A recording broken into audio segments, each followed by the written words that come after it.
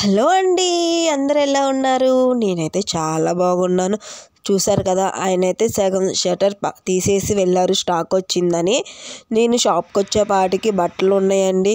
Customer కూడా వస్తానని అన్నారు. 10:30 కల్లా వస్తమే సగం లేట్ అంటే ఈ ఒకటి పని అనమాట నాకు. ఇవన్నీ ఎప్పటికి మడతేయాలా అని ఆలోచిస్తూ వేస్తున్నానండి. అది కాక తిరిగేసి ఉన్నాయి, సగం చిరాకండి మడతేస్తాకి. ఇవన్నీ మడతేసేలోపు ఒక గంటన్నర టైం అయితే పక్కా పట్టిద్ది. షాపు క్లీన్ చేయాలి. అక్కడేమో కాటన్ ప్యాంట్లు అన్నీ ఎట్లా పడితే అట్లా తీసున్నాయి, అవన్నీ నీట్గా పెట్టాలి.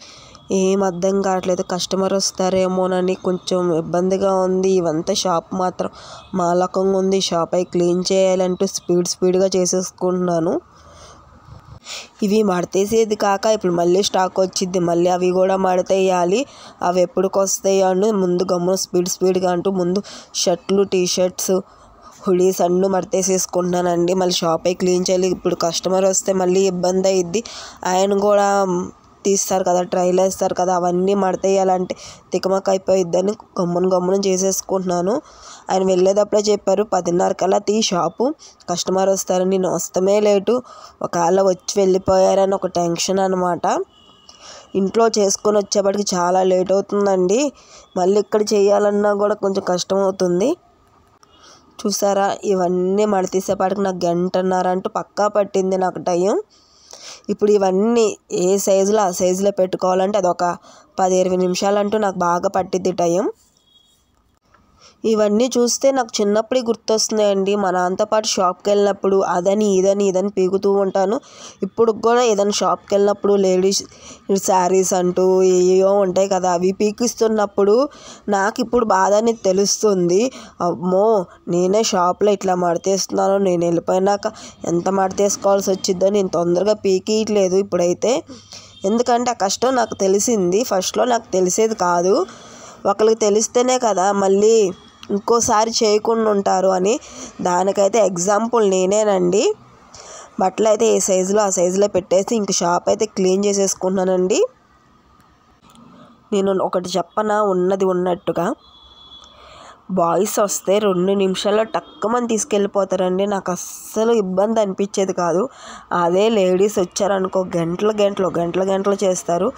ఫస్ట్ టైం నాకు చిరాకు అనిపించేసింది. ఎందుకంటే వాళ్ళకంటూ ఈ సైజు చూపిస్తే పక్క సైజులు చూస్తారు కదా, మొత్తం పీకేస్తారు. అప్పుడే నాకు చిరాకు అనిపించేది.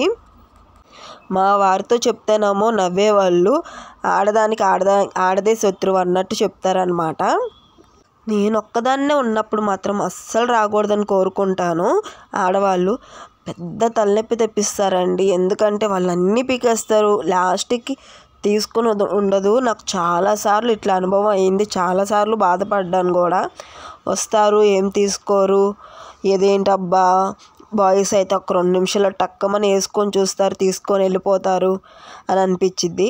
అదొకటి గమనించాను. 2, మనం లేడీస్ చాలామంది ఎన్నో డ్రెస్సులని ఎన్నో శారీస్ అని తీసుకుంటూ ఉంటారు.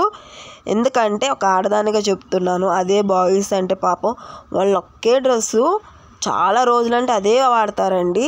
లేడీస్ కూడా మ్యాక్సిమం ఒప్పుకోరు. ఎందుకంటే నేను మా షాప్లో చూస్తూ ఉన్నాను కదా, నాకు చాలా బాగా చాలనిపించేది.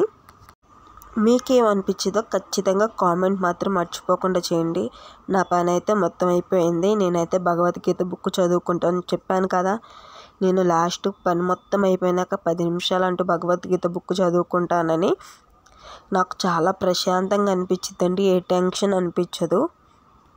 శనివారం వచ్చిందంటే ఖచ్చితంగా క్లాస్కి అంటూ మిస్ కాకుండా వెళ్తాను. నేను వెళ్ళలేకపోయినా సరే పిల్లల్ని మాత్రం పక్కా పంపిస్తాను. భగవద్గీత బుక్ అంటే చాలా ప్రశాంతంగా, చాలా రిలీఫ్గా అనిపించిద్ది. నేను ఏదైనా మనసు బాగోపోయినా సరే మధ్యలో కూడా తీసి చదువుకుంటాను. చాలా అంటే చాలా రిలీఫ్ ఇచ్చిద్దండి. చాలా టెన్షన్స్ తగ్గించిద్ది. ఏదో తెలియని బాధ అనిపించినా కూడా నేను భగవద్గీత చదువుతా. నేను అలా కూర్చొని ఒక 10 నిమిషాలు చదివానో లేదో కానీ మా వారైతే ఇంతలోనే వచ్చేసారు. అబ్బా, మళ్ళీ మడతేయాలా అనుకున్నాను. ఇప్పుడు దాకా అదే పని అనుకుంటే ఇప్పుడు ఇంకొక పని. ఇవన్నీ తీసి మళ్ళీ ఏ సైజులో ఆ సైజులో పెట్టి తల ప్రాణం తోక్కొచ్చినట్టే నాకు ఇప్పుడు. ఇంకోండి చూసారా, ఇప్పుడు అన్నీ ఇవి ఏ సైజులో పెట్టాలో కరెక్ట్ సైజులో medium, L, XL, double XL అన్ని కలర్స్ సమానంగా తీసి పెట్టాలి. షర్ట్స్ అయితే ఇవేనండి వచ్చినాయి. చూసారు కదా. నా వీడియో మీకు నచ్చినట్టయితే లైక్ చేసి, షేర్ చేసి, సబ్స్క్రైబ్ చేసుకోండి. మళ్ళీ ఇంకొక వీడియోతో వస్తా.